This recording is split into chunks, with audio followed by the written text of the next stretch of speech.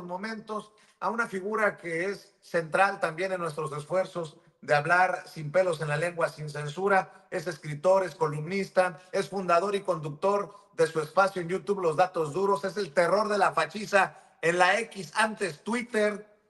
Es el maestro Ricardo Sevilla, a quien saludo con mucho gusto, porque hay que hablar de otro fachito que se va la... por allá. Vargas Llosa deja México porque ya no es negocio. Ya no es negocio. Y hablando de negocios turbios, ¿qué chinga les están poniendo a los corruptos que encontraron minita de oro en el Infonavit y ahora se la están Pérez Prado? Mi querido Ricardo Sevilla, a dejar la víbora chillando. ¿Cómo estás, maestro? Querido Vicente, público memorioso, estoy muy bien, muchísimas gracias y gracias también al público memorioso que nos ve, que nos apoya y síganos echando la mano aquí para que continuemos con más datos duros aquí en Sin Censura. Y efectivamente son dos temas centrales, mi querido Vicente, que son antípodas, pero que vienen de la mano. Fíjate nada más, la semana pasada, el viernes particularmente, dábamos cuenta de este artículo que salió publicado en un medio de comunicación español.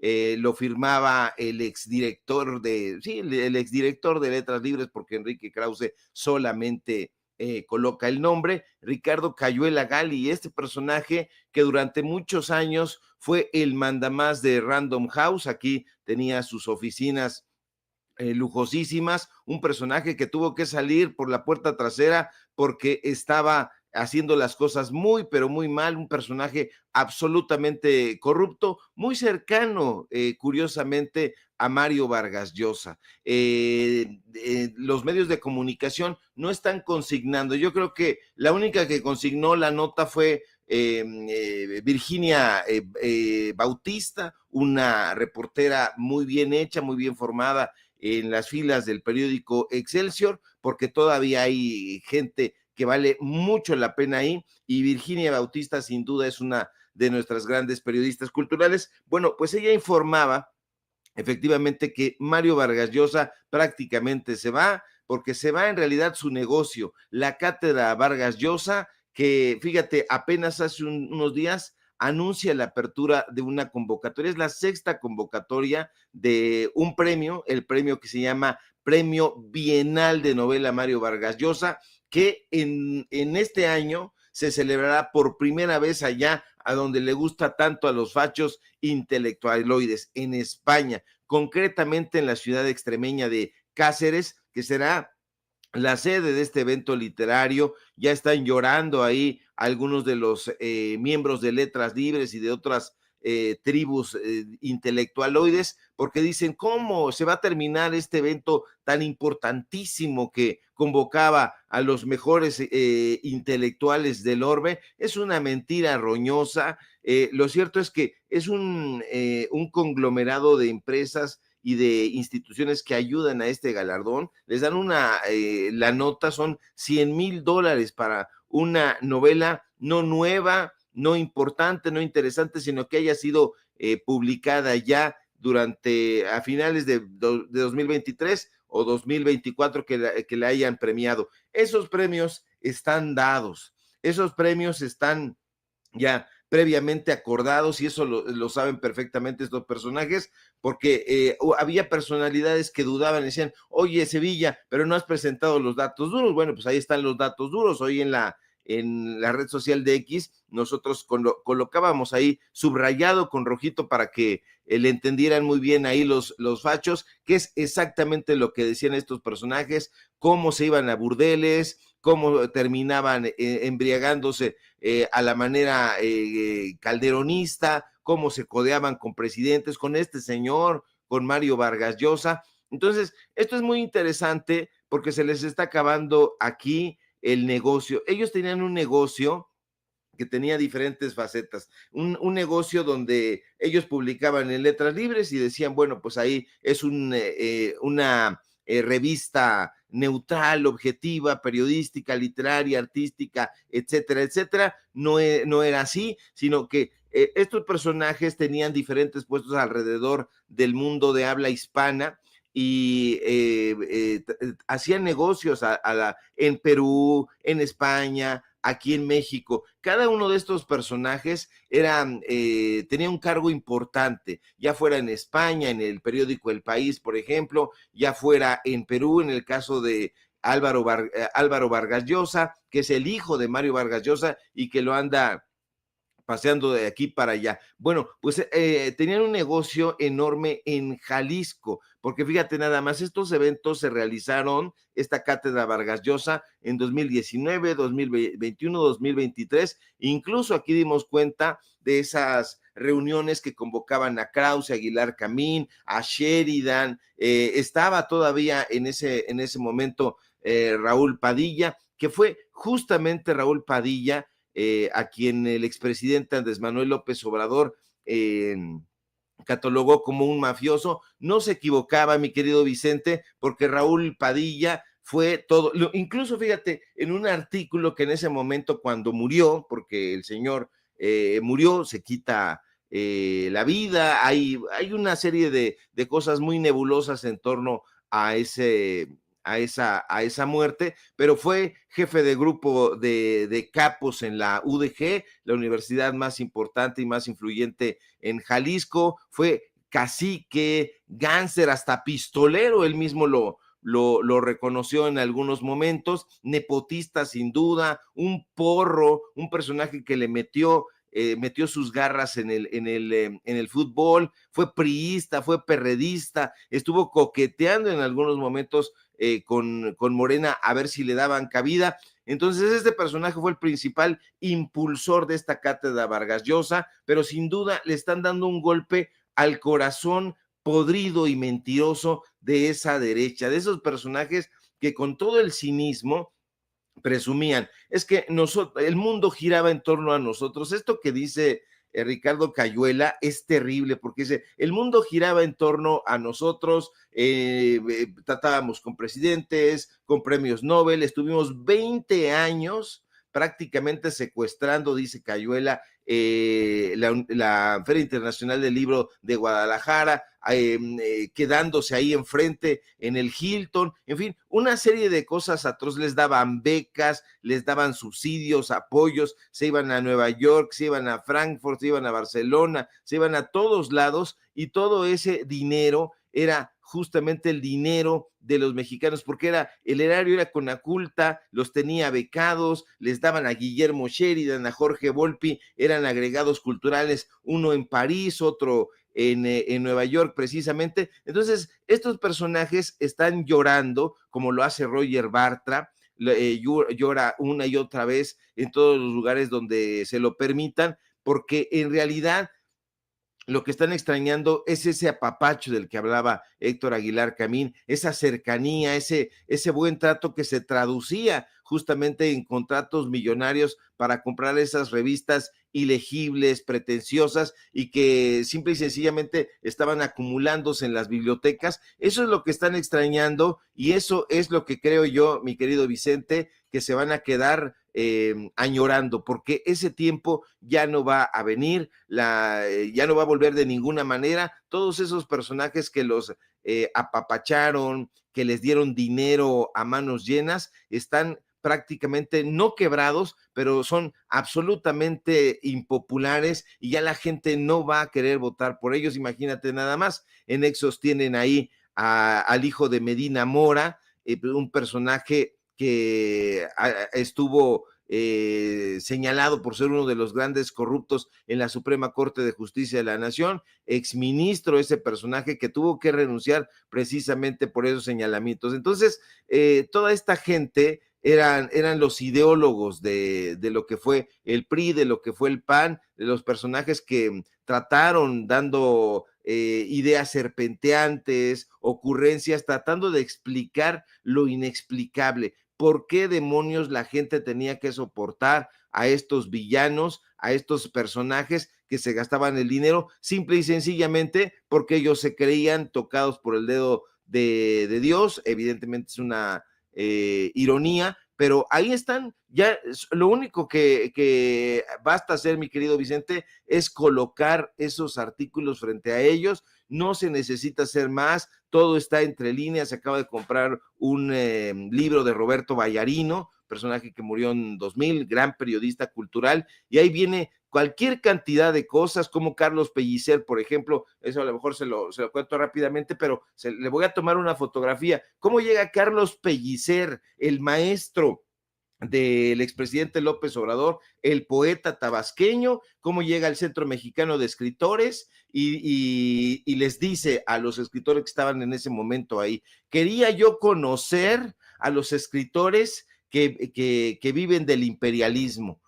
Fue a dar una cátedra, supuestamente una conferencia, y entonces dice: ahora que ya los conocí, dice, pues les miento la madre de frente y ya me voy. Eso fue lo que hizo Carlos Pellicer en el Centro Mexicano de Escritores, al que le pagaba la CIA. Así que ahí, ojo con eso, mi querido Vicente, porque desafortunadamente muchos artistas de los grandes escritores que teníamos en ese momento, pues vivían justamente financiados por Estados Unidos, y eso desafortunadamente hoy no ha cambiado, pero sí podemos hacer el cambio evidenciándolos.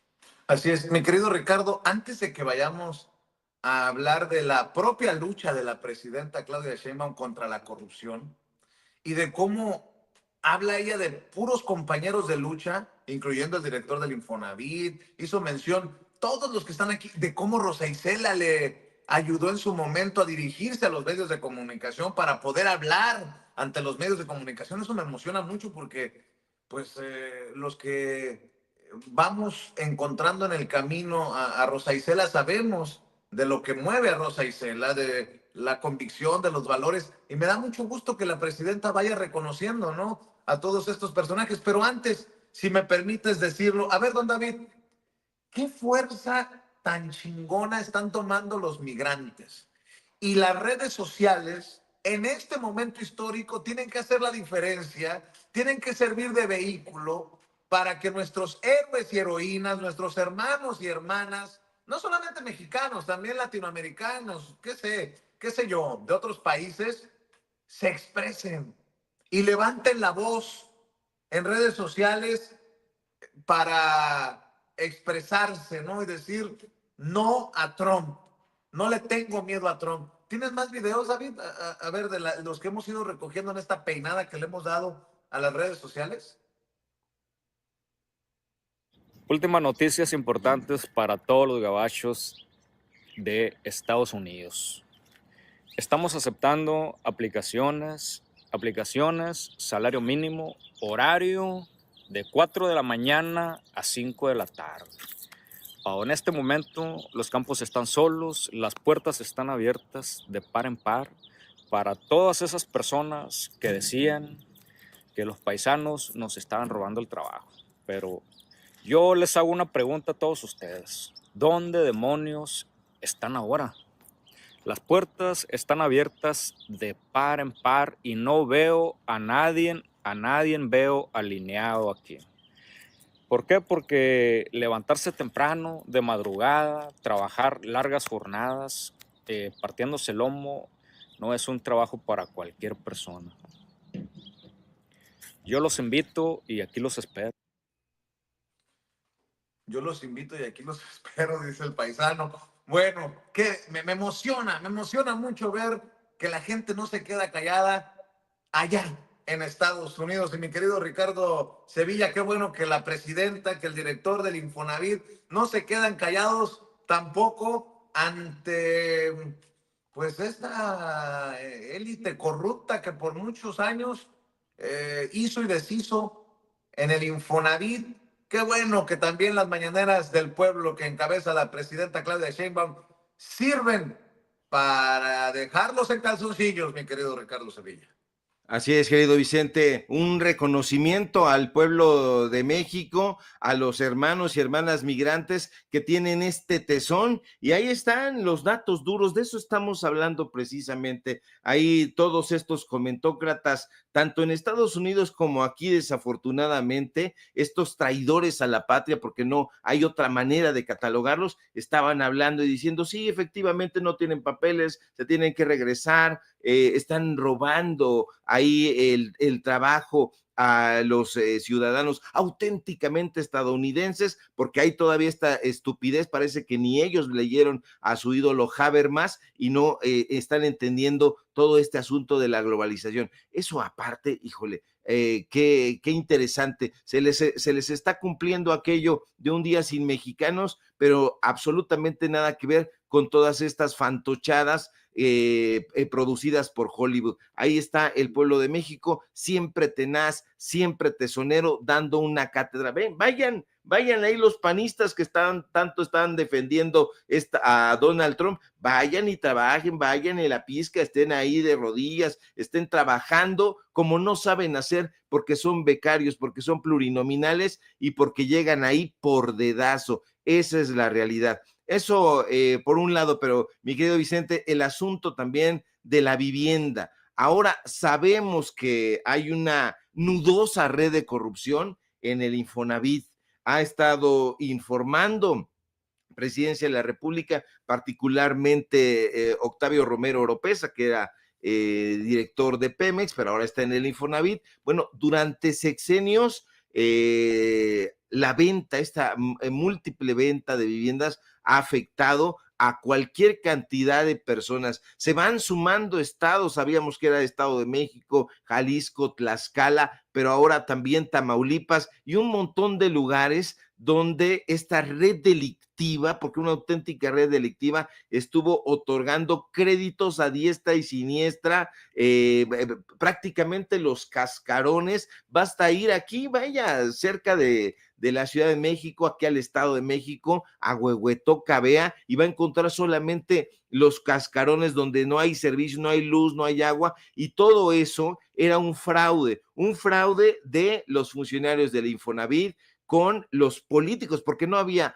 nadie daba paso sin guarache, como dicen aquí en mi barrio, y entonces eso lo sabían perfectamente los administradores, lo sabía Presidencia de la República, y desde luego lo sabían los directivos del Infonavit, un fraude de más de 1,200 millones de pesos. Estamos hablando de más del 40% de los ahorros de las personas que estaban dando sus aportaciones al Infonavit, y eso se lo pasaban por el arco del triunfo la Comisión de Vigilancia, el Comité de Auditoría del Infonavit, todo eso, fíjate nada más, hoy dice Romero Oropesa, que me gustó su ironía, con la anuencia y la recomendación de la Coparmex, porque uno de los personajes fue precisamente colocado ahí por influencia de la Coparmex. Entonces, ¿de qué estamos hablando? De auténticos gángsters, o sea, más de 496, 500 casas vendidas una y otra vez en diferentes estados. O sea, si se va sumando lo que se hizo en Jalisco, lo que hizo en Estado de México, lo que se está haciendo en Tamaulipas, es un asunto de locura. Yo no estoy entendido todavía por qué en los medios de comunicación corporativos, bueno, a lo mejor sí lo entiendo, pero quiero decirlo, ¿por qué no están haciendo este tipo de reportajes? Yo no veo ahí a los camarógrafos de Televisión Azteca, a los camarógrafos de Televisa o de N+, como ahora se hacen llamar, de Radio Fórmula, de Imagen, haciendo reportajes al respecto de eso. O sea, lo que se hizo en Tlaxcala, una y otra vez que se vendieron una y otra vez escrituras para casas, para predios, todo con la anuencia del Infonavit, miles de millones de juicios fraudulentos. Esa es otra cosa. Ahí tiene que haber una propuesta de ministros, magistrados y jueces, porque